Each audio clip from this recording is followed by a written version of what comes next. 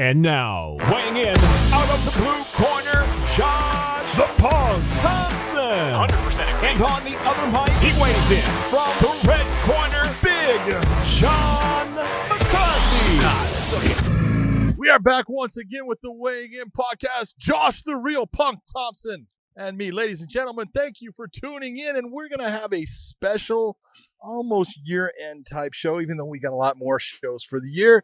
We decided since it's the last show that we're doing with Bellator for the year, we got to do something special here. No, you decided. No, we decided. It was we. And so we decided that we were going to do the Paqui One Chip Challenge. So, and you would think it's one little chip. Look at one little chip. And he's all, look at, guy used to go in front of thousands of people in his underwear and fight. And he wasn't worried about that, and he's worried about this. So we're going to do that. The real question is... Of course I'm okay with underwear fighting.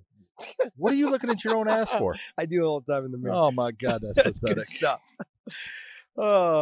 So the real question is, are we going to do this now and then actually try to do a podcast and talk about fights and talk about everything that's going on? Because we got a lot of cool news with, like, Rumble Johnson signing with Bellator. That's why I wore the hat. It's for you, Rumble.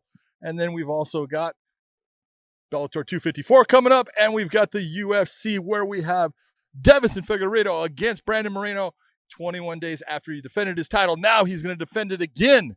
And we also have Tony Ferguson coming back fighting Charles Oliveira. This is the first time we've had an audience for we have an audience. I wonder why we have one. We have an audience because we've been talking about this. Thank you, guys. Thank you. We've been talking about this for what? 2 weeks now. Yeah, about a week and a half, 2 weeks. That. Yeah, and the grand idea. And I've been regretting every second I said I would do this for the last 2 weeks. But we are going to do it today. We're going to do it now. Oh, okay, you got it. I want you guys. If we're going to do this, I'm going to suffer. Is that why you're wearing those fancy gloves? Yes, because I don't want to rub my eyes after. You want to go ahead and give it with no gloves. You go right ahead.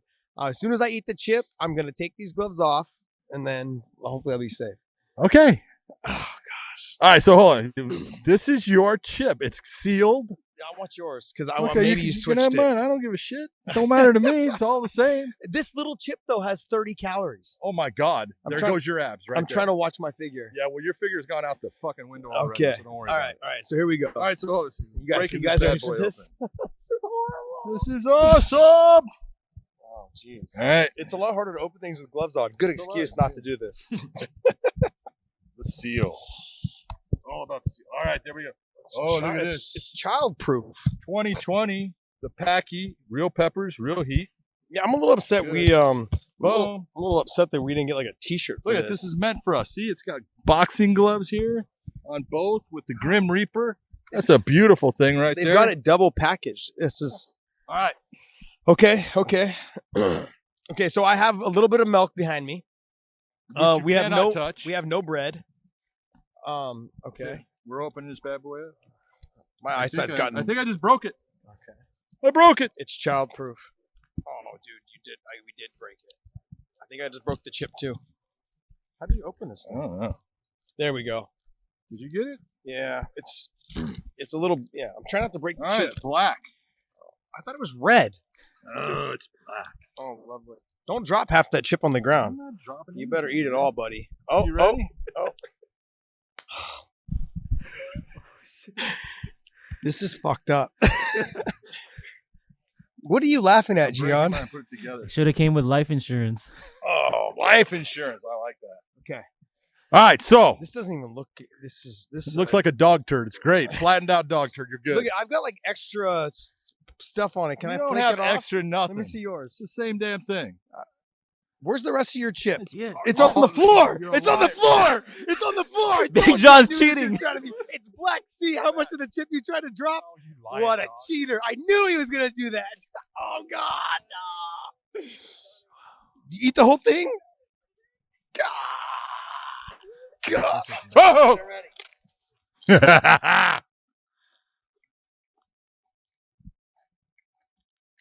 This is already not good. Oh, we got to start the time. You got like a 5-minute window here. This is going to be horrible. It's beautiful. I'm already sweating. So, with the Paqui One Chip Challenge, the big thing is it supposedly builds, gets hotter, which it's doing, but we're going to sit here. What's 5 minutes and he can have milk. So that's what we're going to do. Already running. Oh my God. So Bellator signs Rumble Johnson. What are you doing? I'm trying to get through this. We have a podcast to do. I'm going to punch you.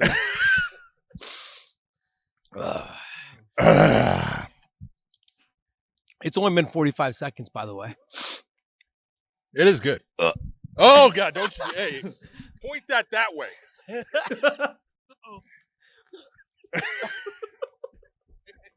Come on, baby.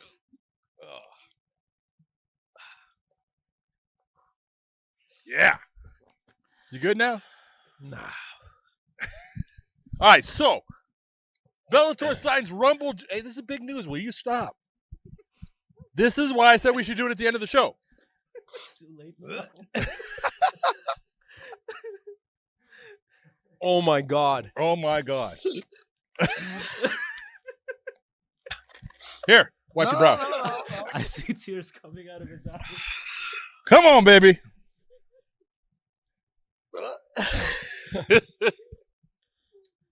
Holy shit. You're putting... Oh. I got the hiccups. And they're bad. Oh my God. Be a big boy. It feels horrible. How big a boy are you? Well, it really doesn't taste. It's just hot. But it's no big deal. So you ready to talk? Give me a sec. Oh my God. People are trying to... People are embarrassed right now. People are relating to me. People are embarrassed by you. They have been through this. Woo. Come on, baby. Suck it up. It's only been 2.5 minutes. No, it's been 2 minutes and 25 seconds. Now you can be at 2 minutes and a half. Come on. Ready to go? Where's the rest of your chip? My chip is gone, baby. Woo. Okay. All right. So you're got to get you more in the picture. Oh, okay. I can do that. Yeah. Boom. Oh, okay. So Rumble. Yeah, baby. Come on. Talk. It's air in your mouth. It'll get hotter. I don't give two craps about anybody else right now except for this. This is pretty miserable. I'm trying to be kind. I've got like the... Ooh. Here, hold it. I got stuff for you. 2 minutes left. 2 minutes and I get to drink some milk. Ooh. I have right here. Okay. Okay. It's not good. It's not quite as bad as the what was his name? Akbar. I saw his video of him doing it. Look at you're actually sweating worse than me. You're sweating worse than me. Little pat. I'm just hoping it doesn't come out. See, because I have a hat, so it's holding heat in. I'm hoping it doesn't come out both ends. It just comes in. You just go like this. Perfect. Let's go. Oh man. Oh man. All right. Okay, so let's talk about let's do that. Let's talk about Akbar. Let's talk about you crying right now. Akbar's chip challenge video, which right. was pretty good. Jen Brown showed it to us. She's here filming us, by the way. That's her friend. She worked with him. Yes. He's a lot tougher than Josh. No. He had snot coming out of his nose, by the way. He had more than snot. Yeah, and he was. I was just burping. I was just trying to get the. I'm seeing like little, like when you guys, you see the little dots kind of going down. Like when you blink a lot, it looks like it's raining. Well, a you're little bit. blinking because you're crying right now. Come on, baby. Look at this is embarrassing. I was just a referee. You know, referees are soft. Fighters are tough. Look at you. Suck it up, goddammit. I'm okay. Suck it up. I'm okay. I'm good. All right, there we go. Okay, so back to me not being good. It's like a 12 plus. Yeah, we're at like a 12 plus. I was a 12 plus nervous, but it actually lived up to the 12 plus. And then, the weird part is the more you talk, the hotter it gets because the wind goes in and out. Like your breath. The wind. It's the wind. When you breathe in, It cools it a little bit, but when you breathe out, Really bad. it's okay. Okay. Oh, we're at 5 minutes. I get that. 5:21, baby. Go ahead. Okay. I'll let you. I just don't want it to. I don't want it to come out.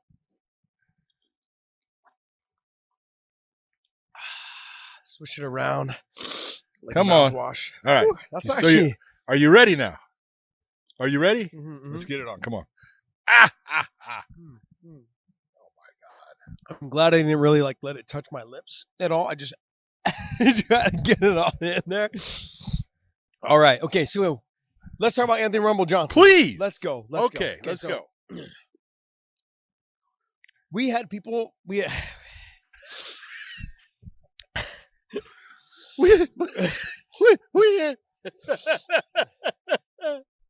Come here.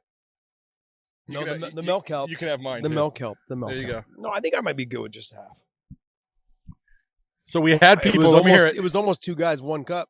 Oh no! Oh shit! That's bad. That was a good one. Come on. Let's hear it. All right, but I'm glad someone else got you yours because. Okay, so look, when we're going to talk about Anthony Rumble Johnson, we'll talk about also the Yoel Romero situation. Okay. People are trying to compare the two things. One Totally person, it's completely different. That's like saying, hey, why did the Kansas City Chiefs sign Le'Veon Bell when Herschel Walker is out there still? Herschel's my boy, but guess Yeah. what? He doesn't want to be in. He can't play at that level anymore. Yoel Well, can hold on, yeah. can still play at that Okay. level, There you go. Yoel, but we also. this is going to go on throughout the show. Mhm. So we're either going to do really good on this show or no one's This going is to why listen. I wanted to do it. This is why I wanted you guys to understand my pain for the whole Gian, time. can you edit out all of his pain, please? I don't think I can. Oh my God! Mm. Come on, baby. And so, that being said, I think that Yoel is at 44. He'll be 45 probably this year. Middle of next year sometime. At 45 years old, no one can do anything with him. PFL has already said no. Bellator has said no. I don't know if ONE FC is involved. Okay, but when you say you can't do anything with him, let's just be honest. He was ranked, depending upon where you're at. In the UFC, he was ranked number 4. In MMA, MMA Junkie had him ranked at number 6. So you're looking at a guy who is either somewhere, we'll say number 5 in the world. Yeah. And you're going to say that because of his age, he can't fight. Well, we know he can fight. We know he's that good, and we know he's that athletic. Yeah. But I always look at this. It's where do you go with it? Because and this is where people start to question you. Well, if you're going to take someone like Rumble, who is 36 years of age, and not take Yoel, well, they're both old. No. Your big difference is this. Mileage is one thing, and mileage is a big thing on a fighter. And when you're taking a look at a 36-year-old, that's 8 years. So the difference would be if Rumble was 50 years of age, all right, that's basically the difference you're looking at, 52 years of age compared to what Yoel is right now. So there's a huge difference in age, and there's a big difference as far as when a fighter starts to actually lose that ability to compete with the very best again. And you don't know when Yoel is going to be that guy when he loses that ability to be at the very top. It could be that he goes another 5 years and can fight with anybody. Or it could be that he goes a year and then it's over. He can't compete with the very best. So that's the real thing that you're looking at. You got to look and say, you're going off of age based upon the time that person can actually be productive in the sport is obviously going to be limited, and you're gambling the older they get that limit is going to stay on your side instead of being on the opposite and closing down real fast. And now you've got a guy that you really can't do something with. No, I agree with what you're saying, but there's another level to that whole thing. The other level is you bring him in and he is the ultimate gatekeeper. He's the guy that kills all your young talent and beats all your undefeated fighters that are on their way to the top.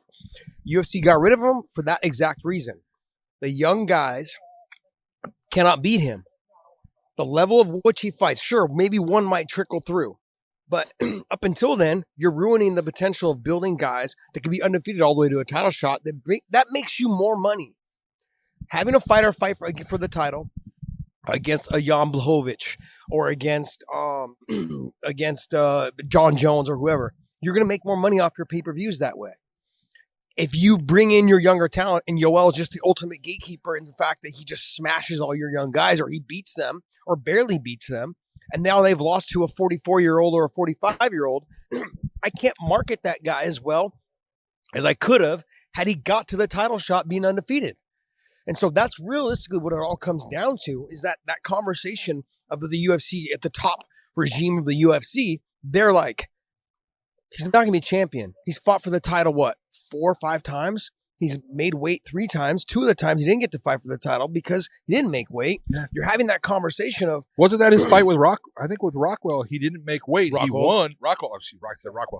He won the fight, but he didn't make the weight, so he couldn't win the title. No, that fight wasn't for the title. I thought it was supposed to be for the title. I don't think so. No, interim title. No, he'd already beaten Bisping, I believe. No, who had? No, Bisping had already beaten Rockhold. Yeah, that was his Bisping next fight. Had lost to St. Pierre, and there was no title, and they were going to do an interim title. I thought, or somewhere in there. I thought. Yeah, I think we're getting the days mixed. The times. I could definitely have it mixed up, but I thought the Rockhold versus Romero was supposed to be for the title. And then it ended up well, it could have been for Rockhold if he had won. Yeah. But because Yoel Romero didn't make weight. Yeah, okay, so, but to get, not to get off track. See, this anyways. chip has got you just losing. No, you got snot coming out of your nose a little bit, though. Do I? Yeah, yes. I'll get it out. Got little boogers. Yeah, no boogers. What's up? You got something to say, John? It was for the interim UFC middleweight championship. Okay. Thank you but very Romero much, missed weight. John. You see why we have you there? Yeah, that's why we have you here. See, for once you're earning your keep. Look, it really just comes down to the promotion. If the UFC is saying it's not a good business deal for them, why do you think other promotions are going to think it's a good business deal for them?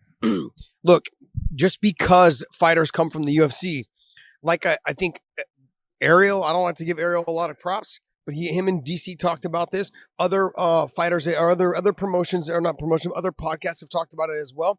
That just because you're a UFC guy doesn't mean that the other fighters want to slurp you up. Other promotions. I mean. Yes. The thing with it, though, is that Yoel, sure, he can still fight. Yep. You don't want someone beating your young talent and making them look bad and using the potential or losing the potential chance of having a young, talented fighter get all the way to the top, being undefeated or only with 1 loss, and getting there and being able to market that. And that's what Yoel is doing. And it's not not his fault at all. It's just that promotions are not going to take that chance. There's just no way. It's not especially now with what's going on in Bellator.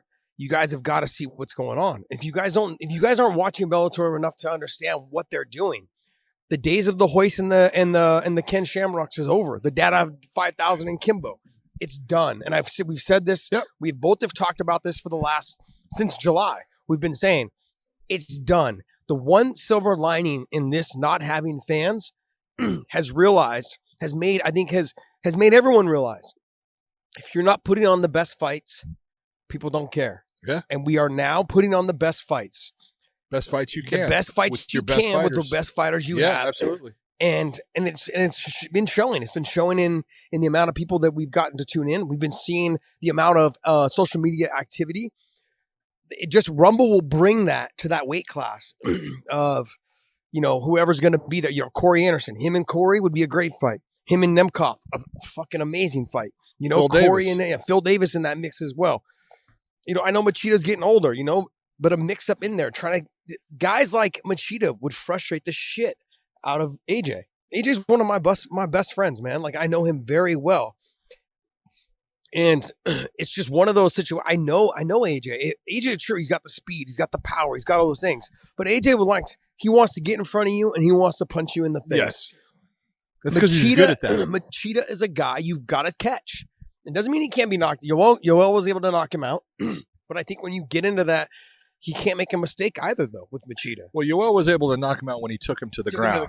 Yes. I don't see Anthony actually being able to take Machida to the ground. Yeah. It's not that Anthony doesn't have good wrestling. He's got good wrestling, but that's not his forte. Mm-hmm. And when you take a look at someone like Machida's got really outstanding anti-wrestling. He's very hard to get in on without him hitting you. So yeah, it's one of those where you would look at that fight and you can say AJ could win it, no doubt about it. He's got the power to knock anybody out on any shot. But when you're looking at with Machida, he's got to be in the stand-up, and now he's fighting a guy who's elusive, who creates these problems with you missing, and he's going to be frustrated in that type of fight. So there's a lot of guys out there that you look at right now in Bellator. You know, he's got a lot of good matchups. Even, Carl Albrechtsen is a guy that I forgot about him. Talk about a guy that's tough in the stand-up game and takes big shots to deliver his. There's a lot of guys that, they match up, and I think Anthony's going to have fun in those matchups. It's just a good fit. Yeah, look, I no way am I saying Machida beats AJ. No. But I'm saying that it just brings a little bit of an idea, like he's going to be elusive. He's going to be hard to hit. And the frustration may set in with AJ. It may not. But then the Nemkov fight really, and the Corey Anderson fight, both those fights to me, and I got to tell you, I think here, even if he is to win the title, let's say AJ, I don't want to get to that point, like I'm saying, but let's say he gets to the title, he wins the title. Who's to say he doesn't go up there and try to fight Ryan Bader? He's already beaten Ryan Bader. Oh, yeah? Why doesn't he try to get to heavyweight and fight a heavyweight? He can fight a heavyweight. He did in the PF, the World Series of Fighting. That's what he was going to do because he was huge. Yeah, he was. No, he spent this last year getting his weight down, losing weight, getting his weight back down. He looks like a shit brick house in the fucking gym. I talked to Henry Hoof the last time we had a show here. He's like, he looks good. Speed's back on track. And Henry said that his power is like almost increased. Yeah. He goes, he's hitting fucking hard. Yep. So, I mean, it's the matter of like, he's always had that herky-jerky, not herky-jerky like Keith Jardine style. No. But he moves like he moves his hands. He's always loaded up. He's always ready to go. He brings a threat to the division. They don't just make it more exciting. And here's the other thing. He brings a style that's going to make people tune in. Yep. He's always brought a style that's going to make people tune in. Because he can put your lights out with one shot. And so when you want to compare the two between Yoel and him, this is the thing, the two things that we just talked about. The age plays such a factor, and it's not so much the age. It's the age in terms of you don't know if he's going to last 1 more year, 6 more months, or 5 or 8 more years. You don't know. That's it. You don't know. It's a gamble. Yoel is gifted. He's blessed. Everything incredible about him, and I would love to see him fight in Bellator. I just know with the direction of the promotion that they're headed, they're going young and they're signing all the best and young talent that they possibly can. Magomedov, who makes his debut tomorrow. Stud. Absolute stud. And then the guy he's fighting, Matos. He's same thing. Absolute stud. These guys are fucking savages. They're young, up-and-coming guys. Hungry. The only person that Magomedov has lost to is Peter Yan. The only person Peter Yan's lost to is Magomedov. Well, that lets you know, like, that's how fucking good this kid is. Same with Matos. Who did he lose to? He lost to Peter Yan. He lost to Peter Yan. That little 3. You know what I mean? So, like, they had that. Like, they had come from the ACB promotion. They're here now in Bellator. Look, Bellator's going young. I know AJ is not young, but he still has a lot left in the tank. Yep. You just don't know when Yoel's tank is going to run out. Yeah. He'll still always be more athletic than 99.9% of the but you also don't want to kill all your young talent getting to the top. And that's the issue. You can't build a promotion off the fact that these young guys are just smashing him. Yeah. They're getting smashed by him, I should say. You take a look at him, and you brought up Herschel Walker. Herschel Walker at the age of 47. Yep. Scott Coker with Strikeforce gave him a fight. Yep. But it wasn't a fight to make him like he was going to be a champion. Because Herschel Walker is a genetic freak also. Yeah, let me tell you a genetic real quick. Go ahead. 47 years old, we went to the track. It was with me, Rockhold, Koscheck, everyone. He still ran a 4.42. Oh, he would smoke you. At 47 years old. 4.42. He's a genetic freak. 4.42. Three of us had stop clock. 2 of us had stopwatches. 1 of us had a stop clock. All the same. Yeah. One of them was like 4.3, 4.43, 4.44, something like that. Yeah. when you're talking about what he is genetically, of course, he reminds me a lot of Yoel Romero. Yeah. You just don't know, though. But we also aren't giving Herschel Walker the best guys in the world. Well, that's the whole point, is you're not bringing him in to make him fight your very best. You're not bringing him in to, say, well, this is a guy that I'm going to say, well, we're going to work towards marketing towards being a possible champion. You're bringing him in because he's a friend who wants to fight, who wants to prove himself. So I'll give you a fight. Okay, you can do that. It's a lot different in pay also, and it's a lot different in just the aspect of if Herschel at the age of 47 says, okay, that one fight, that's all I want. Great. If you give him one more, okay, that's fine. Doesn't matter. When you look at Yoel, the big difference is you don't know when it is that downhill trajectory in his fight career comes. Yeah. Because he has fought solid, and in his fight against Paulo Costa, it was a great fight. Absolutely amazing fight. Those one guys of the best went fights after I've seen. And then his fight against Adesanya wasn't good, but it wasn't good by either fighter. Yeah. It wasn't just him. It was a style thing, and it was a decision to fight a certain type of fight that just made it. It was a bad fight for both guys. Bad fight for the fans. Bad fight for the UFC as a promotion. They didn't. They don't want that. But that doesn't mean that that's him going downhill. That was a decision in the way he fought that fight. Like you said, he can still fight, and he can fight anyone. But as a promotion, you got to look and say, are you taking a risk on when is that fighter going to start to degrade and not be able to fight at that level? And that's why I think people are passing on Yoel right now. And not that he can't fight, not that he's not a fantastic athlete. I love watching him. Same here, and I'm telling you, I would love to see him and Gegard Mousasi fight. I think it would be a phenomenal matchup. But I can understand why Bellator says, you know what, that's not for us. Yeah. And here's the thing, is we're not the only ones. PFL said the same thing, which kind of surprised me because they just signed Verdum. Yeah, and which doesn't make sense. Yeah, that doesn't make any sense to me. If you're going to go with Verdum, you're going to say, and they said he was the Tom Brady. Okay, whatever. That's fine. But if you're that's called good management. Okay, I like that. Good job, Ali. But if you take a look at that, and then you take a look at Yoel, you're saying, well, yeah, I see that one guy is they're both close to the same age. Yeah, I think Yoel's a little bit older. But no, I think Verdum is. You think Verdum's older? I think Verdum is. John, find out is Yoel Romero or Verdum? What's the date of birth? Fabricio Verdum. I think Fabricio's 43. Yeah, I think. Oh, I think Yoel is 43 also, but he's going to probably be 44. I think he's turning 44 coming up. Yeah, but you look at it and you say, okay, but then again, you go back heavyweight. Heavyweights are hard to find, and heavyweights last longer. So I understand why the PFL kind of went and said, well, we're going to do Verdum, but Yoel's going to be someone we're going to pass on. Verdum is 43 years old. Okay, Yoel is 43. What's the date of birth on him? What's the month of Verdum? Let me see. July. Oh, so he just turned 43. Mm-hmm. Well, no, we're 6 months. Yeah. Yeah. I was going to say just turned. I said, boy. I know. This whole year's going by. This whole year fucking sucks. Yeah. So what's Romero? April. April. Okay, so he's a little bit older. He's a little bit older by a couple months. Yeah. Okay. But here, to me though, if I'm gonna take either one of those, I'm gonna take Yoel. Yeah. The reason why I'm gonna take is because Yoel puts on, to me, he can. I don't know. I feel like he just can turn someone's lights out at any moment. Verdum hasn't really. Yeah, but you got to look. Submission-wise. You're going to take Yoel, but Yoel's never been champion. Yeah. Verdum has been the champion. He was the champion of the UFC. He is a heavyweight. Yeah. And also, you got to take a look all and valid say, points. When you look at him, he's the guy that has fought great talent also, has beaten great talent. Yep. He's beaten a who's who. So I can understand exactly why they say, yeah, we're going to take the heavyweight over the middleweight.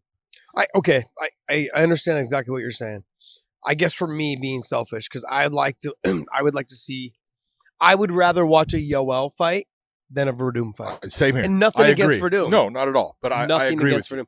Yeah. So to say what I was trying to, I guess I just worded it wrong and should have just came out and said, hey, I would rather watch a Yoel Romero fight than a Fabricio Verdum fight. But that goes for me. That goes for me for pretty much almost all heavyweights. Yeah, I would almost watch almost all other heavyweights or all other fighters than heavyweights. I'm not a big into heavyweight kind of. I'll watch Francis Ngannou. And I'll watch Derek fucking Lewis because that dude I fucking love. I love My Derek balls Lewis. are hot. I'll watch him. Shorts up. I'll watch him just for his interviews. I mean, I love watching him, man. Other than that, I mean, like, DC's gone to me, like, and Kane's been out for a while, long time. He's not coming back, so it's like I'm not really. I really was not big into the heavyweights ever, just because I'm a small guy kind of guy. I like to watch the younger guy, the smaller guys move around, scrapple, grapple, all those things, Scrapple, grapple. Okay, see what I did there? Scooby-Doo. I'm still burping up this I fucking can see chip. you're still having problems Jesus. talking, dude. I'm fucking still burping up this chip, man. All right. So we have Bellator 254 coming up. We've got Alima Leigh McFarland putting her title 11-0. Wait, on we're the not line. done with Anthony Johnson. Really, we're not? No, we're not. Let's talk. Okay. Who do we have him fight first? Who's his first fight? I like the Carl Albrechtsen fight. I think That's a good fight. There's a list of guys that you can put him in. I do think that no matter where he went, if he went back to the UFC, or if you're talking about going to, this is just my phone, don't worry about that. If you were talking about if he had gone to the PM, he's been out for 3 years. Yeah. His last fight was against DC when he stepped away. Oh, that's right. Oh yeah, that's right. Second time, and so you got to say, John dropping knowledge over here. I got to give him at least, you're going to get guys like Dominic Cruz saying there is no such things as ring rust. Bullshit. Yeah. Okay, you can be everybody's different, and I think you do need to give him, some fights to get him back into that feeling of preparing for the fight, going to the weigh-in, coming out and facing someone, and it's going to be different because he's going to be fighting with no crowd. He's never done that either. So, depends on when he fights. Someone like an Albrechtsen depends on when he fights. A good fight. Nope. If he doesn't fight till April, we may have a crowd by then. Bullshit. It may not be a full crowd. Guarantee it's not going to be a full crowd. May not be a full crowd, but we may have a crowd. He might. But I look at it and say, I wouldn't put him against Phil Davis because Phil Davis is going to be very smart and he's going to take him down if he can. Okay, if he can. So you look and you go, well, I want to put him with someone that is going to, be there to fight a fight that is similar to the way they do it. Carl Albrechtsen, in my opinion, that's a good fight. You for brought up who did you? You got Corey Anderson also. No, the other one you brought up yesterday. We were in the conversation with. Gosh, ripped up, super ripped. Oh, backstrings. Anglicus. Yeah, Julius Anglicus. I was like, yeah. Come on. I'm sorry. I know it's like a Greek god name. As soon as you said that, yeah. I think Anglicus would be a great fight. Anglicus is good in the stand-up. He's technically good. He hits hard. He takes a good shot. That's a good first fight to see exactly where Anthony's at. And it's not that Anglicus can't beat him. He can. He's fought very well. He's only got one loss in his career. You look and you go, that's a guy, I think he's 9-1 now. Put him against Anthony in the beginning. Anthony's got his hands full. Anglicus has got his hands full. That should be fun to watch. Yeah, I mean, I'm more, like I said, being friends with AJ and since the beginning of his career, just like to see him get. I don't want to call Anglicus or Albrechtsen a tune-up fight, but I'd like to get him in there. I'd like to get him in there with somebody who is not a Corey Anderson, who's not a Phil Davis, who's not a Nemkov. It's right off the bat. It's like, look, you haven't fought for 3 years. Let's just throw you to the wolves. Yeah, no. That's not that. I don't think that's the way to do it. But you have to give him good competition. You do. 100%. You got to give him someone that can beat him. Yeah. You got to give him someone that, in my opinion, matches up well. Don't put him in the position where you got a fight that's going to end up being this guy's going to try to take Anthony down, and it's going to be about Anthony trying to out wrestle him to land that shot. You're putting him in a position where it's hard to look good for either guy. All right, so Anglicus loves to stand and loves to bang. He's done it in this couple of fights that he's had in Bellator. He was the old LFA champion. He can stand with anybody. Yeah. It would be a fun fight. Same thing with Carl Albrechtsen. I just look at those. Those are good matchups style-wise for both guys. Yeah. No, I agree. I think, and for some of you guys to be like, oh, you guys are just trying to, trying to get Anthony beat, or you're trying to, no, or trying to make the promotion look better. No, I wanted to remind you guys, go back to when Quentin Jackson came over to the UFC. Who did they give him? Marvin Eastman. Was his first fight. Look, fighters need something like that to get into a new promotion. Unless the fighter says, no, I want the best guy. Right, here's one for you. Who did the UFC give Lyoto Machida when they first brought him over? I'm not sure. Sam Hoger. Oh, wow. Yeah, see? The Alaskan assassin. The Sam Alaskan- Hoger. Come on, baby. But that's the whole point. That's the point. It's like if you have somebody that you feel like is going to bring more eyeballs to your promotion, you're not trying to get him beat right away, but you're trying to give him somebody that people will recognize as a good fight. Yeah, and that's you take a look when the UFC had it. Sam Hoger had come out of the Ultimate Fighter 1. He was someone that people recognized. That's why they're going to put him in there. It makes sense. It's good stuff. Okay, let's talk about Bellator. Let's go. Let's go. Come on, baby. Okay, so I'm all in on Magomedov. I know you are. And tell me why, though. I'm all in. Because Frankie Edgar has talked to you. I've talked to Frankie, and all the guys, Mark Henry. Everyone's giving me the scoop. The kid's just a fucking workhorse. And look, and like he said, we did in the interview this week. He's like, Josh. He's like, you train with Khabib and Islam Makhachev, and he's like, you know how hard us Dagestanis train. And I'm like, yeah, that's where he's from. Yeah, and I understand how hard they train. And look, here's the thing: it's not even so much that they train hard; they just never stop training. Like when fighters take time off, they usually, and not all, they'll usually go have drinks. They'll usually go and vacation and drink and dine and do all. With them, they don't ever drink. No. And they always train at least once or twice a day. Doesn't matter. It's part of their lifestyle. It's a routine. It's a daily routine. And everything I've heard is that he's an animal. He's a workhorse. He just continues to get better and better. And even the mistakes he does make, Frankie was telling me, he's like, the mistakes he makes is like it actually works better for him in some of these mistakes. Like things that the lack of technique in some areas. Yeah. It makes him better because he utilizes it. Like it's almost like saying like Dominic Cruz, right? He's not technically sound.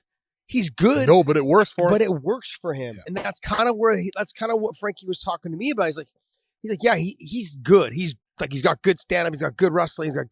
He's got great submissions. He's like, and yeah, sure, he's got a couple little mistakes. He makes like some technical mistakes on the feet. He's like, but it works perfectly for his game, his style of what he does. When he messes up, it feeds right into his takedowns or right into his jiu-jitsu. He's like, it just works for him. He's like, I've been around a lot of guys. He's like, he's one of the best guys I've been around. I was like, wow, you're saying a lot, And then the fact that him and Zabit have been friends, I guess, apparently since like kindergarten. So they were kids, young kids. And so they've been at Mark Henry's. He's been at Mark Henry's since June or July. Well, he's also been at talking with the guys at Extreme Couture since he's been working out at Extreme Couture, and they're super high on him. They say, let me tell you something, that dude can fight. And I know, look, I have refereed him. He's good. Yeah, he's really good. And on any given day, he's the kind of guy that can beat any other person you put in front of him. Now, it doesn't mean that he can't be beat. He can be beat too. But he's got that pace. It's the one thing that I really remember out of him was he brings a pace and a presence that he does not give you any time to breathe. He doesn't give you time to have that.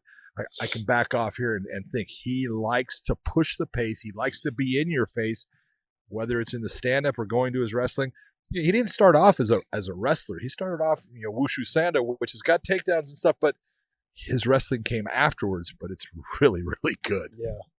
Well, we've seen this, though, with other fighters with Yaroslav Amosov. Yeah. He didn't start off as a wrestler. No. He's 26-0 now. It's like he's really good. Yeah. And out wrestles guys that were national champions here in the States now, because it's not a pure wrestling match, but what he's doing in an MMA contest, he can use those skills that he has and frustrate a wrestler and then turn it on them when they get a little bit extended or they get out of position. He's able to turn that mistake into something that works for him on his own takedown. My fucking mouth is still on fire. Yeah, mine's hot. It's all right. Come on, man. Tells you're alive. It made it like a little bit to the edges of my lips, and so I'm like, ugh. Whew. Okay. Anyways, back to what I like is that look, his one loss is to the UFC champ Peter Yan. Peter Yan's one loss is to him. Yep. Okay, Matos is 1 losses to Peter Yan. Yep. And those 2 guys are what's fighting. So yeah, you can't get any better. You can't get any better. And the fact that we've got both of them locked in and some long-term contracts here in Bellator. This is when I continue to go back to the Yoel Romero thing. Is like this is what they are trying to do. Yeah. The show is going in a different direction. The changes have been made. The time now has come for I'm not saying that Bellator is going to take over MMA, but Bellator is going to stake their claim on building now their young AJ McKee's a fucking stone cold killer. Okay, AJ McKee can beat anybody. Yaroslav Amosov, stone cold killer. Savage. Logan Storley, savage. Like these guys, if we were to put them in any promotion, yeah, they would still be in the position that they're in here in Bellator. Yep. They'd still be in the top 2, 3, whatever it is, maybe even number 1. You know, and like I said, here's the thing: styles make matchups no matter what. Across the board, styles make matchups. Doesn't matter who you fight, styles make matchups. And so we can pick and choose who we want them to fight so they'll get a win. But then the other side can pick and choose who they want to fight us and they'll get a win. Might get a win against That's how it works. This the talent that we have on our roster. I mean, like, people want to make fun of James Gallagher. He's fucking 23 years old. I don't even know if he's 23. He might still be 22. No, I think he's 23. He might be 23 now. Aaron Pico's 24. Yep. Like, might have just turned 24, by the way. Like AJ McKee's still 25. Yeah, AJ McKee's 20. Joey Davis, 27, 26, 27. Babies. Yep. Like babies. You know, they're ready to start taking over. And I'm getting the vibe and the feeling that they're like, hey, I'm ready, man. Let's go. I want you to think about this. Go back to when we first started working together here at Bellator. We're talking 2018. It's 2 years past that time. I will tell you, back at that time, that when I looked at the bantamweight division in Bellator, it was pretty light. Yeah. You know, Darian Caldwell is a good fighter, and he was right up there trying to go for the championship. You had Dantes was there, but not a whole lot of depth. I think Joe Warren was still there, right? Yep. Take a look at it now. Yeah. Oh my God. It's completely different. And that's what, that it takes time to bring a weight class up like that. But now you're looking, and I don't know for sure, and I'm talking out of my ass as far as knowing. You don't say. But I would be surprised if Bellator didn't take that Grand Prix and put it down into the bantamweight division next. Yeah. Because of the talent they have. Because you look at what they have with the featherweights, they had 16 that they could put in there in the beginning, and they did. And they can do now the same thing in the bantamweight division, where when I first came here, there was no way. They would have had a hard time coming up with 8 good ones. Yeah. Now they could do the 16 easy. So it takes time to build that division, but they've built that bantamweight division, and they're building other ones. And the guys that are fighting now, man, they're good. They're just freaking solid, good fighters. Yeah, and we have a newly crowned champion at that weight.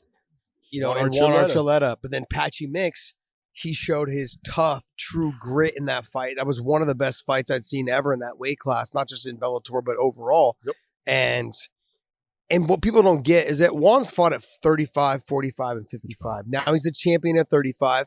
And I would imagine they're going to thrust him right in to that if they do decide to do a tournament at that weight class, a World Grand Prix of 16-man bracket. Well, there's going to be a lot of guys in that tournament. You got to take a look. If you go to go to the welterweight when Rory McDonald was the champion, he was in that Grand Prix. Mm-hmm.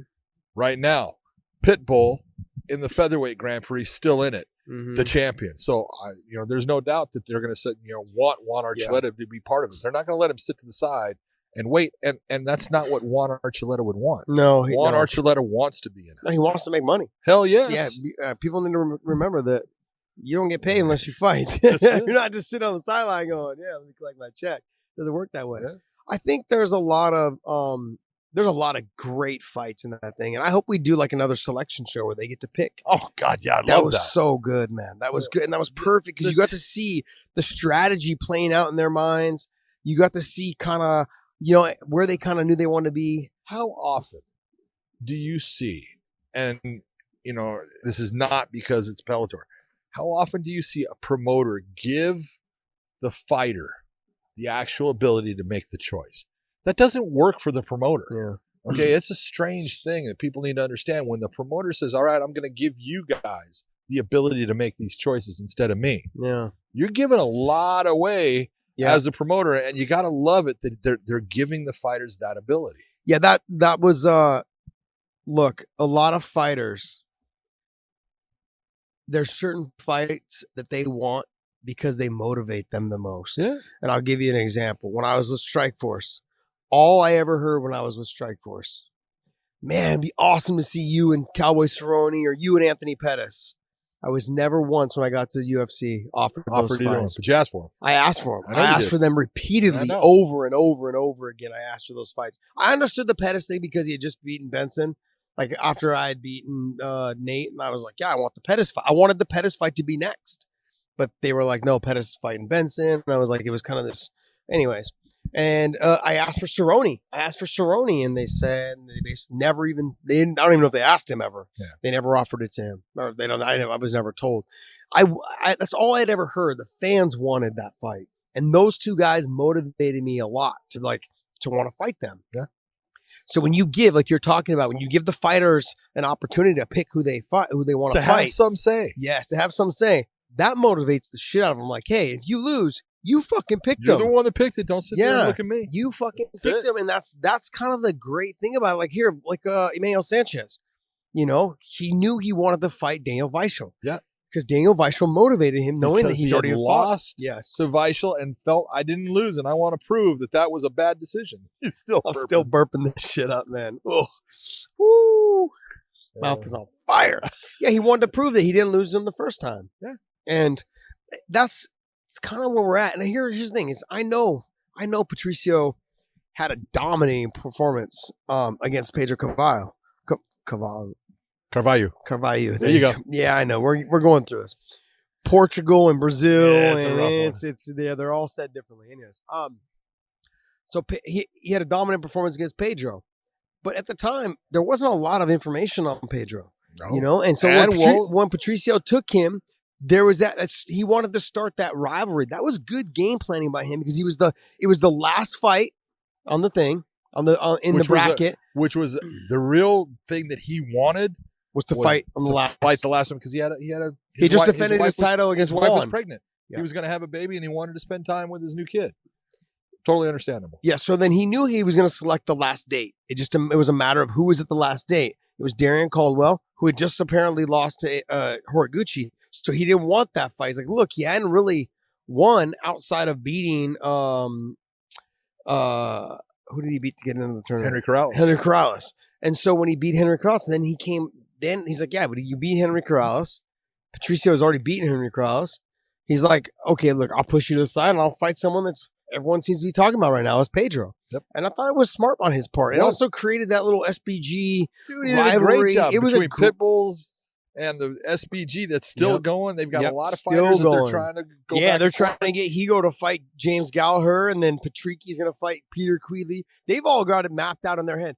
Look, those guys, the Pitbull brothers, they know exactly what's good for their brand. Oh yeah. Let me pick a fight with another gym that people know. Yes. And people are into. Yes. And the Irish fans, they're fucking amazing. They are amazing. Yeah. And so to know that they're going to back James Gallagher, Kiefer Crosby, Peter Queeley, no one knows until they experience what it's like to go and be at a fight in Dublin, Ireland. Oh, geez. All right. People have no concept of what a crazy crowd is. Oh, yeah. Until you go to Dublin and they have their guys fighting, be it Conor McGregor when he did, because he fought over there. I think when he fought Diego Brandao, he fought in the arena there. And then James Gallagher has done the same thing, being the main event. Man, the crowd comes out in droves, and they are crazy. They are absolutely crazy at the fights. It's fun. Yeah, they're great, and it's just the way they sing in the crowd, the way they energize it. It's so much fun, and they love it, man. And I like what they're doing there. So if they do start that 135-pound World Grand Prix, that's going to be a great World Grand Prix, and I hope they do. We're just, like you said, speaking out of our ass right now. Yeah, but that'd be great. At that. That'd be great for that to happen. The other fights that are on that weight on this card tomorrow night. I mean, let's talk about the main event.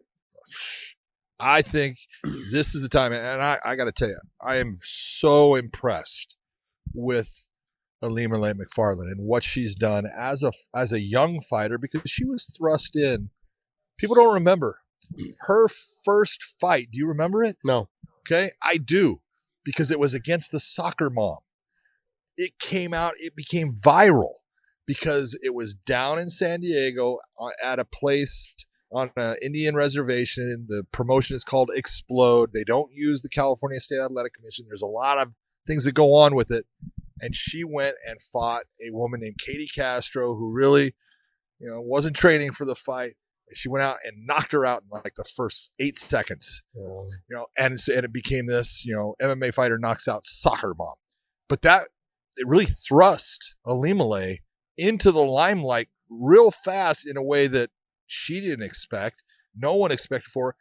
And with that, she got signed by Bellator, and she has done an amazing job of learning how to be a fighter while holding on to this entire, persona, being the girl from Hawaii. She's outstanding at always, doing things a certain way.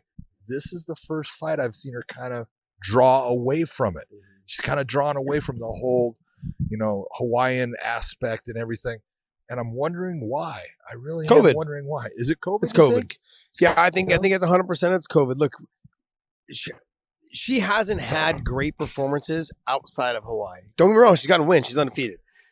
And like she had a great performance in Temecula, California against Alejandra Lara. Yeah, she had a great performance. It was good. She submitted her. She just dominated the fight against a girl who's really a good fighter. But Alejandra Lara is a good fighter. She has gotten good. Yeah. She wasn't anywhere near as good as she is now. I went back and watched that fight just recently. I agree. And she's a way better fighter. I agree. And she learned from it. Yeah, she did learn a lot from it. She's another one I think that I'm excited to see here come fight again. I think a lot of people are excited to see her fight again. But with Ilima-Lei, I want to know, like we talked about this yesterday, she rises to the occasion of her home crowd. Not a lot of people do that. And I think it took me a while when I was fighting in San Jose so much to really get used to the crowd. I mean, my first fight there, I lost, in Strikeforce. And after that, it was just a run of wins, and then I lost, and then I beat Gil, and then I lost to Gil after that. But it was like I never wanted to fight anywhere else after that. I was like, nope, San Jose. I only want to fight in San Jose, And so with her, I've seen her have great performances in Hawaii, but then I've also seen her fight in San Jose after that against Vito Ortega, and she didn't look good. She looked slow. She looked lethargic. Why? I don't know. Come on, you got to take a look. I think it was she pressed in that fight, did not let the fight come to her. That's true. Tried to make things happen, and when you're trying to make things happen in that fashion, they just don't seem to go your way that easy. You got to let the fight come to you, and you take what's given. Gotcha. You try to create and make things happen. A lot of times that's just going to burn energy, and now all of a sudden, you're tired, and now you can't make them happen. The stress of knowing that you need to get the takedown. Yeah. It's you ask top level fighters, it's a lot of burden. It's like, it's just the adrenaline dump happens faster and can happen more than once, because if you get one takedown, you're like, okay, good, I got the takedown. But if that person gets up again, fuck, I got to do it again. And there's another adrenaline dump. It's a roller coaster of emotions when you know that you probably shouldn't stand with somebody. So you put more pressure on yourself to get the takedown. And when you don't get it, it's like a snowball effect of like, shit, I couldn't get it. Shit. And I'll give you guys. Okay, I'm asking you right now because that's the fight that I see playing out tomorrow night with Juliana Velasquez against Ilima-Lei. Does Ilima-Lei need to get the takedown to win the fight? Yes. Okay. But she doesn't need to get it as much as she thinks she needs to get it. Do you understand what I'm saying? Yeah, I do. Because when you're somebody that your opponent knows that you need to take them down and you want to take them down, they're a little bit more hesitant to pull the trigger on things. They're a little bit more cautious than just walking in and just throwing strikes. Even Juliana, she talked about that yesterday. She said all the other girls, They were going to probably try to take me down, but they were mainly like wanted to try to stand with me. So that's why she got really good on her stand-up. She doesn't try to take people down. She wants to stand. She's a normal southpaw. She's a real southpaw. Real southpaw. She doesn't switch. She stays in her stance, and she knows what she's doing from that position. Alimale can stand with her, but it's got to be off of the setup for the takedowns. She doesn't get the takedown. She comes out, punch, back in. She can do the stand-up. She just can't get comfortable in the stand-up. That to me is going to be the key. How much you don't need to put as much pressure on yourself to get the takedown, knowing that the fighter that you're fighting knows that you want to take him down. So they're going to be a little bit more hesitant to just walk right in and try and touch you. Now, if they clip you a little bit, expect them to barrage you. So she needs to be ready for that if that situation happens. I think I'm excited for this fight. I'm really excited. But here, like you were talking about with Alimale, she rises to the occasion in Hawaii, and I don't know if a no crowd, no fans, like in Connecticut, halfway around the world, is gonna bring the best out in her. I just don't know. We'll see. I look at it this way. Even if she brings the best out of her, she's up against the toughest opponent she's ever fought. She's up against someone who matches up very well with her.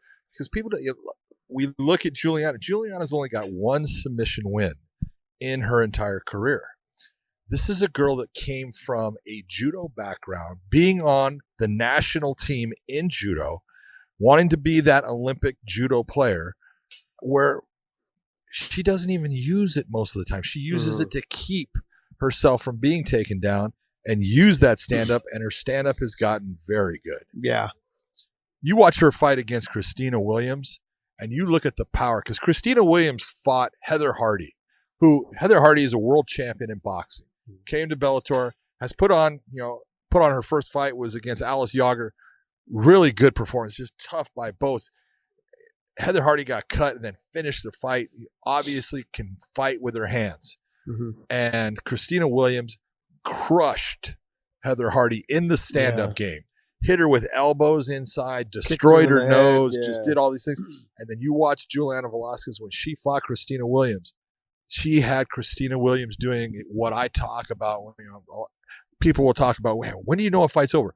When you start to look like you're in a schoolyard fight and you're turning your back because you have no idea what to do to stop your opponent. That was Christina Williams in that fight against Juliana. And that is not an easy thing to get a pro fighter to actually move towards. So really incredible performance by Juliana, and showed how good she is with her stand-up. Yeah, I think with her knowing that she's not afraid to go to the ground. She knows it's going to be hard to take her down because she's a black belt in judo. She was on the Brazilian national team, as you like to point out. Yep. She's not afraid of the ground. No, she's no stranger is what I was looking for. She comes from the Nogueiras, as far as that's who got her into MMA, and she's a brown belt from them. She's got jiu-jitsu wise, she knows what she's doing. She's got the full game. That's what makes her dangerous. That's why she's 10-0. Yeah, I have to agree with you that this is definitely Alimale's toughest fight. Yeah, this is somebody that. But that's what you want to see a champion face. Yeah. You don't want to see a champion facing somebody that you go, oh, I know who's going to win the fight. Well, you got to remember, because you definitely don't know who's going to win this fight. She fought Valerie Letourneau, and she was able to sub her in the third round. I believe it was the third. Yep. And that was in Hawaii. The crowd was fucking nuts and crazy. And she was able to stand with Valerie, which I really gave her credit for because Valerie has got good stand-up. Valerie went 5 rounds with Joanna. Yeah. All right. So Valerie can fight, and very calm, very relaxed throughout that fight in an atmosphere. When we first looked at it, she's got a lot of emotion. She was crying coming down the ramp, and I was thinking that is not the type of mindset you want to have.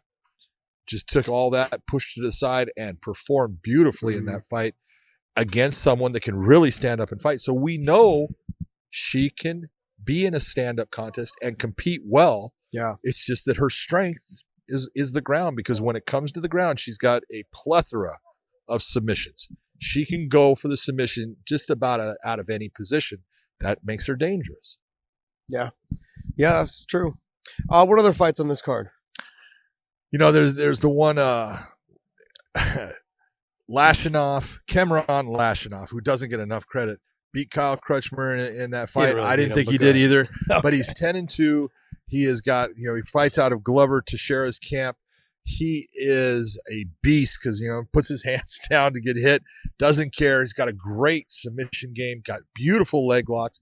He's going against the Chechen Wolf, a guy in Nikhaev who is good. I've been there in Russia with him. He has got a really just in and out style in the stand up. He will go. It's funny because you look at him and you say, well, he's an orthodox fighter because he fights against one guy completely orthodox. And the next fight, he'll fight completely southpaw. He can switch it up, even though he likes to tend to stay with one style of stance against the certain guy that he has decided this is the way I want to be. His wrestling is outstanding. His transitions are good. He doesn't have the greatest submission game. When he gets on top of guys on the ground, he tends to use ground and pound and just punch them out. But man, he's good. He's undefeated. Cameron is outstanding, 10-2. That's going to be an outstanding preliminary fight. Yeah. So then we have the fight after that is the Ronnie Marks. Ronnie Marks. Ronnie, which one you want? Ronnie. You can call me anything? Ronnie Marks. That's what he said, basically. Either one works for me. Ronnie Marks and Linton Vassell. It's been a year since Ronnie Marks was supposed to fight Josh Barnett in Hawaii. Yeah. Then he goes and he's supposed to fight Matt Mitrione. That falls apart. He's been waiting a year to fight and make his actual debut here in Bellator. And they put him against a guy who is a genetic freak as far as size, strength, and I'm not sure that Ronnie understands how strong Linton is. Yeah. Everybody I know that has gone against Linton Vassell has said, "Oh my God, he's so strong." Yeah. I've never rolled with him, and I don't want to. And I'm just saying, well, you look and you go, man, he is just at 240 pounds because he has figured out exactly where he needs to be. He was losing too much weight to actually compete well as a light heavyweight, which he really, was. Just start hurting his performances, yeah, he said. Absolutely. As he's getting older in age. And then his first fight as heavyweight, he was too heavy. He was carrying too much weight, and it got him tired. And we talk about that all the time. You know what? You need to figure out a couple extra pounds that you're not used to carrying can make a big difference in a fight. So he has figured out exactly where he should be. He's the lighter guy. Linton at 6'4", 240 pounds, at about 1% body fat. It's crazy. He's the lighter guy because Ronnie Marks is coming in, a guy who had fought at middleweight before, fought at light heavyweight, has fought at heavyweight. He's 252 coming into this fight, and he's going to have to really work to get that fight to the ground, in my opinion, and be in the top position early in the fight, or all that extra weight is going to be a problem. But you got to give Ronnie Marks credit. He has been working out at Extreme Couture. He has been doing his stand-up with some killers. He's been working out with Tim Johnson. He's been doing all his sparring with Francis Ngannou, and he'll tell you, you don't want to get hit by him. Yeah. Look, so when it comes down to it, fighters need to be smart with their weight. Yeah. Whether you're a heavyweight or you're not. Because when I trained with and talked with Kane in DC, right, and they fight a heavyweight division, they would train and they would come into camp at 250, 245, 255, whatever it was, depending on which one it was. But they knew what weight they wanted to be at heavyweight when they wanted to fight. Yeah. They wanted to be, Kane always liked to be around 238. Didn't like to be 240, didn't like to be 235. He wanted to be in that 236 to 238 range. And I was like, and I didn't realize like how important it was. He's like, no, I feel my best. This is the weight that I feel my best at. DC as well. I think DC always tried to come in at like 232 to 236, somewhere in that range, right? Yep. He'd like to fight at that weight. Well, for myself, I never really wanted to exceed 170. I always started my weight cut. Like I always started like camp around 272, but I always got down and lost about 2 pounds. I never wanted to fight more than 170 because I never really trained with that more weight than that on. Yeah. So why would you fight by adding that weight on when you don't train with that weight on? That's like saying I'm going to go run a mile, okay, with no weight on, and then when I go run, I'm going to put on sandbags on my ankles and be like, okay, I want to do the same time. Same time, same speed. You think it's going to be the same result? I mean, it's going to feel a lot worse. You know what I mean? And that's kind of the pace and that's kind of the idea that when Linton Vassell says, look, I came in a little heavier, not realizing that it was going to have an effect on me, and he just gassed out. He got tired. You're carrying the weight that you're not used to carrying, and you need to take your time to put that weight on properly. Yeah. And that's the one thing that kind of scares me a little bit with Ronnie Marks, is that every time I've seen him, he's gotten heavier. Yep. Each fight. I know. I'm like, okay, look, I get it. You're getting a little heavier, but why are you getting heavier? Is it proper weight that you're putting on? Are you lifting? It really hasn't been that long for you to put on this amount of weight and still get adjusted to using that weight all the time. But like you said, it's been a year also, and he's gotten bigger since the time he went in against Josh Barnett a year ago. Yeah. So there's a lot of answers to be answered, I think, tomorrow night when they fight. But I think Ronnie Marks got his hands full. He's got to get the takedown early. If he can get it down early, I think he might have a chance. But I think whichever fighter ends up on top is going to win this fight. I agree with you completely. Linton Vassell in the top position, he's good. Yeah. And he's not someone that Ronnie's going to be able to just get, move out, get back to his feet or get the reversal. That's just not going to happen. Linton is solid, especially as the top position fighter on the ground. Now, he's not a guy where his jiu-jitsu off of his back is really dangerous. It's not. But in the top position, it is. Yeah. And especially with as heavy as he is and his ground and pound, he throws short elbows. He can hurt you because he is just a freaking monster. Yeah. When you look at the size and strength of him. It really surprises me that people look at him and go, I don't think he's that strong. What are you looking at? I have no idea. But no he's idea. He Look at his videos on Instagram. Oh he's like doing pull-ups, and you just see like his back. I don't, there's not a muscle you don't see in his back. There's like extra muscles there that I didn't know existed on men. Yep. Or on people, humans. That's gonna be a good fight. It's gonna be a good fight because it's really gonna be interesting to see how Ronnie Marks does coming in the first fight in the promotion, and Linton coming off of a huge win against Karatanov. Yes, he was on a roll at the time. He smoked Karatanov. Karatanov he was the next in line for a title fight. Yeah. And he smoked Karatanov. Every position there was, he was the guy that was in control of it. Outstanding performance. He hasn't been able to fight for a while. It's almost been a year or two, and so we'll see where he's at. In that heavyweight division, we've got Ryan Bader's the champion right now in the heavyweight division, who I think should have just stayed there. I mean, I know he was the champion. I said that from the beginning. Yeah, I said going back to light heavyweight is a huge mistake. Yeah, and it was. It turned out to be. Well. And so, but him at heavyweight, I think because of his wrestling, it makes sense. He's gonna have his hands full though with Minikoff whenever they do fight. Minikoff has tall, his and good Minikoff's wrestling will match Bader's. Yes. And Minikoff's stand-up, I think, is a little bit better. Yep, and he's bigger. I don't know if he has the punching power of Ryan Bader, though. Ryan Bader's got a little bit more power, I think. And he's got a little bit more speed, too. Ryan Bader does. So Minikoff, sure, maybe he has power, but he's also he's bigger. Yeah. He's taller, longer. And what people want to do is they want to look at the fight against Cheick Kong and be like, oh, you lost. I want people to understand he was sick that week. He was on antibiotics, and that's why he gassed out. He doesn't normally gas out. He's not that fighter. He was undefeated, I believe, up until that moment.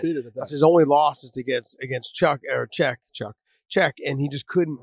He was on split decision loss. Yeah, it was split decision loss, and he didn't have a gas tank to go because he was on antibiotics. Yeah. So if you're expecting to see that against Ryan Bader, it's not going to be the same guy. And you can see that in a lot of fights where guys have taken antibiotics and they just fall off the cliff. First round, they're done. Yeah.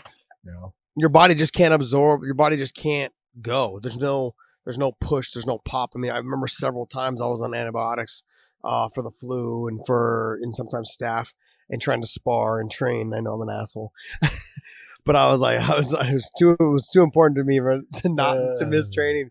So I would go and train. And they knew. All my teammates knew, and they didn't care. They'd all been through it before. But it was like just the dump. Yeah. Most of those days we spent on try and spar, try and do 3 rounds instead of 5. And barely got through a round and a half. Then just jump down, hit the bag, and move around. You really just want to get your body moving so you don't get all stiff from the antibiotics. Anyways, but I mean that division's starting to shape up pretty well. You got Moldavsky as well, right? Moldavsky's in there as well. He's smaller. He's a smaller heavyweight, but he's fast. He puts combinations together very well. Who else is in that? You got Linton Vassell. Who else is in that weight class? Tyrell Fortune. You You got Tim Johnson. Soma. Yeah. Tim Johnson. Tim Johnson. Tim Johnson has just been looking fantastic. Yes, he has. Yeah, So I mean that heavyweight division now is starting to shape up. There's gonna be a couple more ads I think here coming up soon, and we'll see.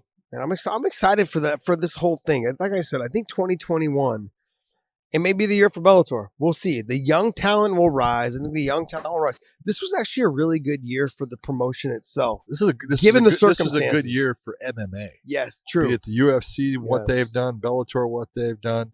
You know, the PFL closed their thing down, but Invicta's one hasn't done anything. I don't think one hasn't done a whole lot. But you know, as far as you look at the fights have been outstanding. Overall. Yes, yeah. You know, so yeah, from both sides, from the UFC and from Bellator. I think the fights have been really good. Look, the situation with the UFC, and I got a lot of flack for saying like two shows ago it was like the fights were just okay. I even said a little bit this last card, except for the main event, like the fights were okay. But here's the thing. Bellator's not putting on fights every weekend. No. The UFC has to do that. That's a lot of pressure on these fighters to fight. And some of them live in camps. Like Alima Lay was talking about, I'm in California. She's in San Diego. Gyms are fucking closed. Oh, yeah. They're doing backdoor knockings to get in and try and train. And the majority of the other fighters are like, look, I'm not coming in. I don't want to get in trouble. I don't want to take a chance. Well, you're getting a Whatever lot of people with garage gyms. Yes. You know, bringing people in to work with them and stuff. But, you know, they've had to change what they do. Yeah. You know, and so when I'm talking about the UFC, I'm saying like, that card was the new norm. It's that card wasn't that good. Yeah, but their fucking other cards, the rest of them are all been great. Oh, you know, like you're gonna find those one cards or those two cards or whatever throughout the 6 months they've been doing shows that are not going to be good. But the rest of their fights have been fantastic.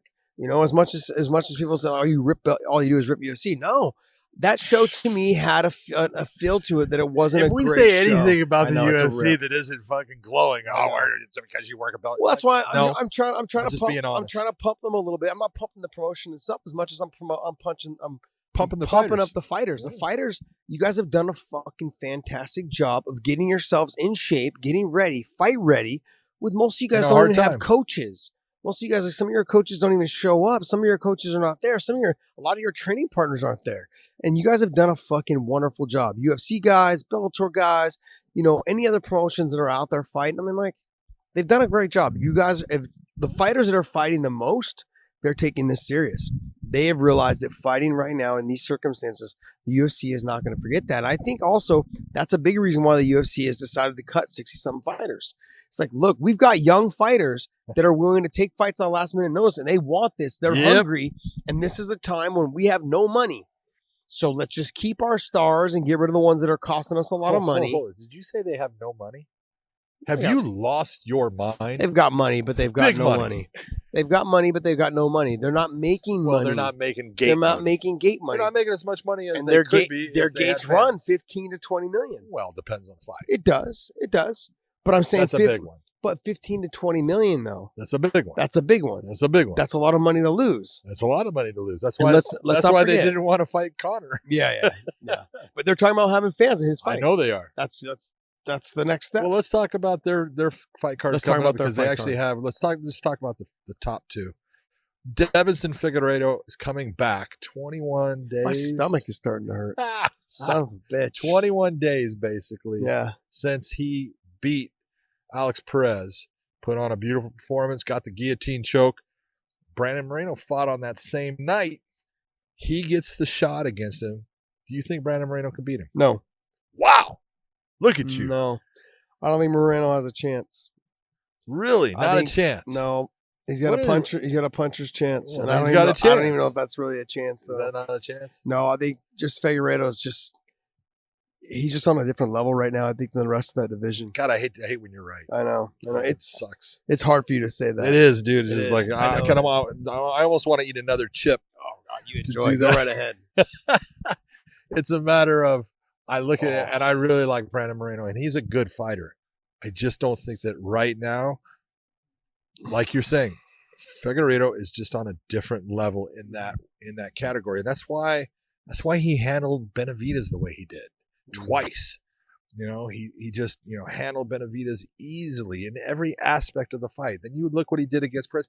Perez had been looking really good. Yeah. He had some really good performances. And you just look, and he handled it just beautifully, just ate him up, puts the submission on. And I really like Brandon Moreno, and I think he is a freaking fast-paced, go-after-it fighter. I just think that he's going to be giving openings that Figueiredo is going to be able to take advantage of.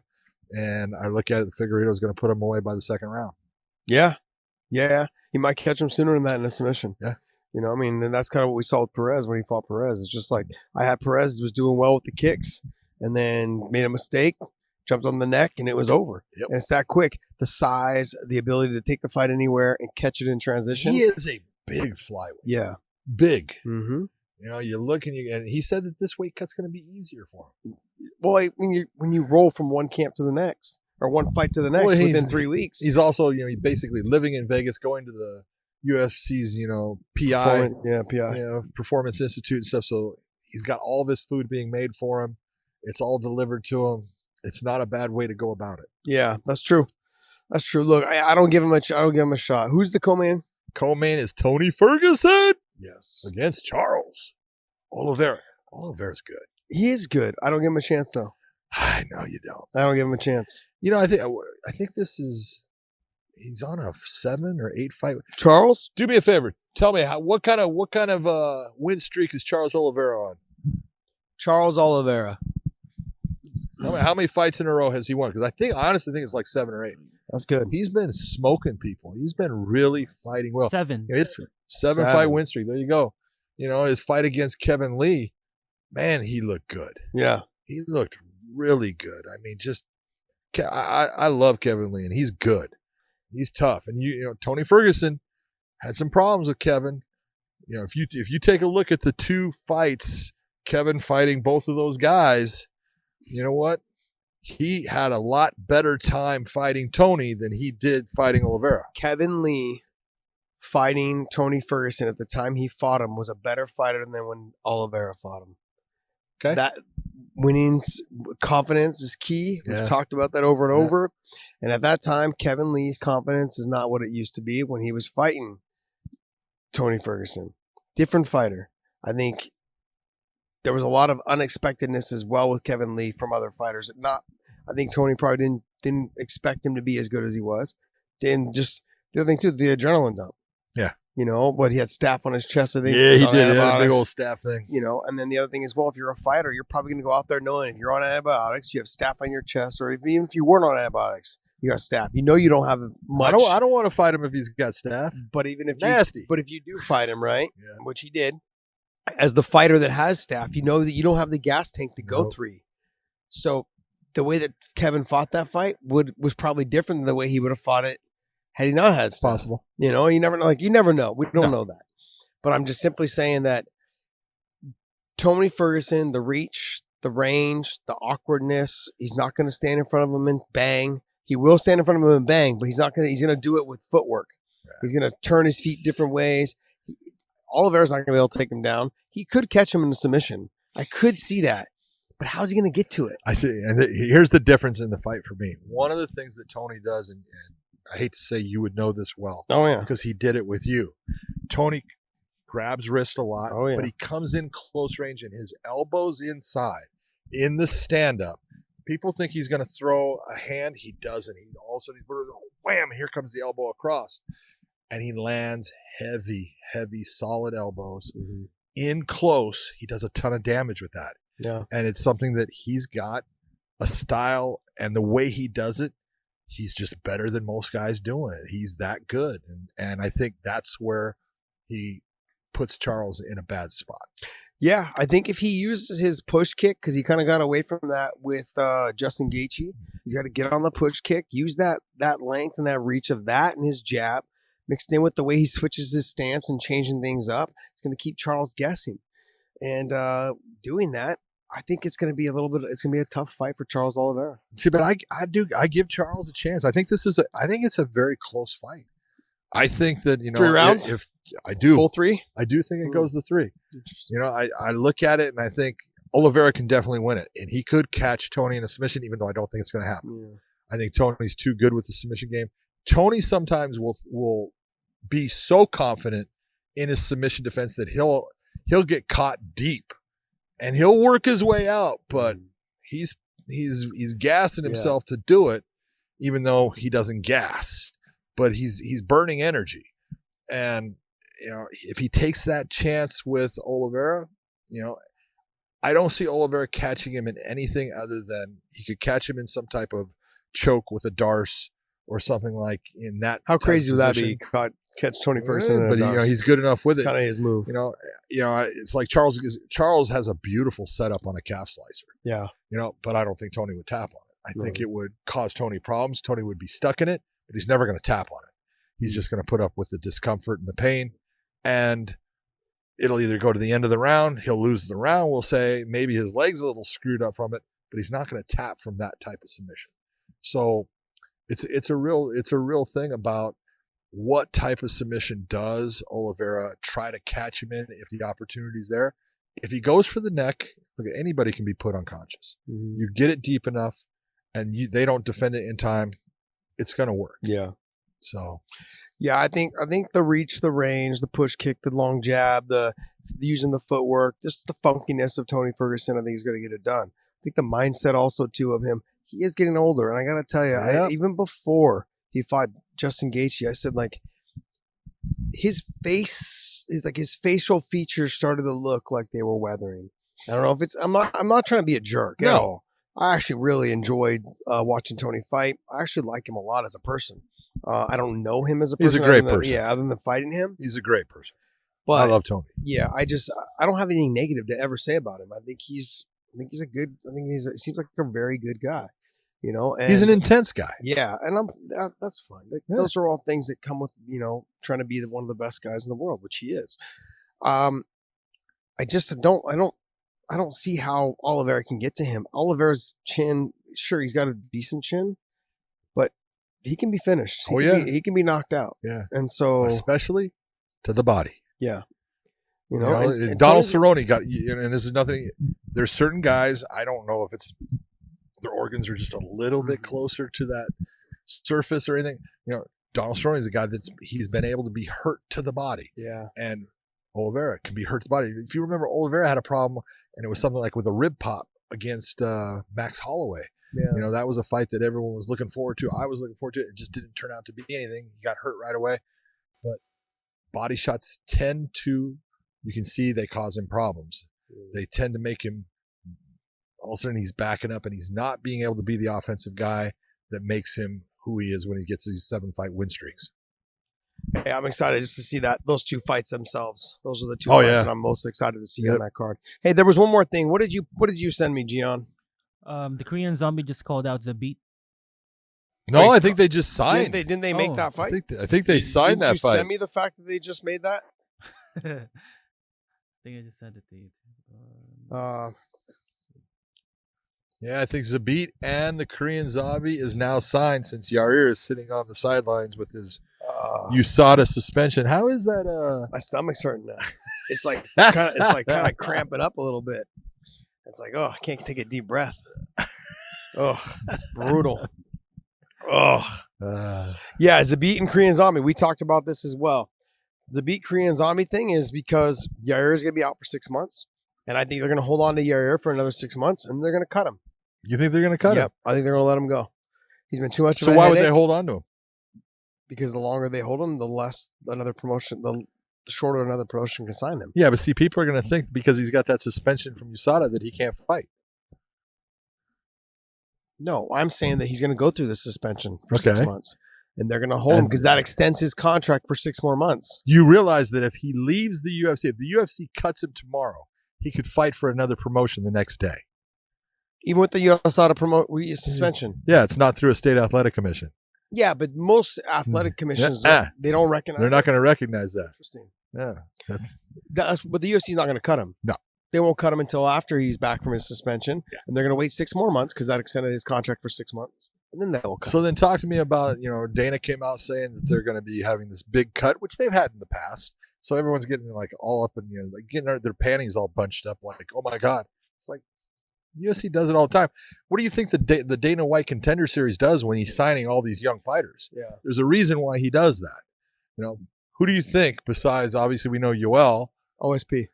Gone. You went right Rachel to Ostovich was gone. Well, we know that. She's We already know. cut. Yeah, she was cut. I mean, I think OSP right away. They're going to Is cut the, is the hot chip growing hair off of your forehead? No, fucking. I got like a lash or something like that. Oh, fuck, my stomach's Jacked. It went from I was cool to all of a sudden now I can't even take a deep breath.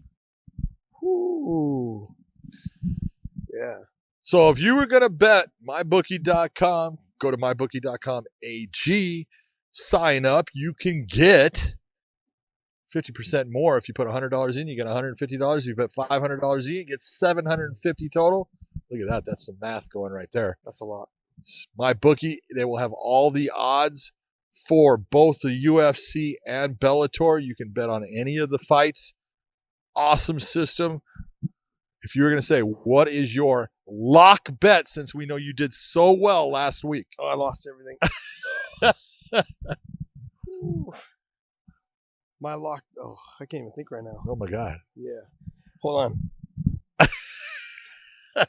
So my partner, the real punk, is falling off. He is now dying off to the side. Bubbles are coming up. Oh, no, he's standing over the trash can, and it's not looking good. It is ugly. It is absolutely getting bad. If you hurl, you have lost this. Oh, my God, the milk's going to come up, man. It's going to be ugly. So go to mybookie.com. Also, ProWrestlingTees.com. Go to ProWrestlingTees.com. You can log in there to weighing in. You will see a bunch of t-shirts that we have designed. Go ahead and pick one of those. Put in the code FIGHT, FIGHT, and we will get you 20% off on those t-shirts. Josh, is there anything else you'd like to say? Nope. Josh is not saying anything. He's just making noises, and it's not pretty. I would like to say thank you to everyone that tunes in. You can catch us on YouTube, Google, Apple, iTunes, Spotify, Stitcher, any of those. If you go to YouTube, hit the thumbs up. That will send our stuff to your friends and everybody. If you want to hit the thumbs down, go ahead. I don't give a damn. It's still going to say that you watched our videos. I hope you're enjoying them. I hope you enjoyed the Paqui One Chip Challenge a lot more than Josh Thompson did, because right now the Paqui chip is winning. So everyone, last thing to say is see ya.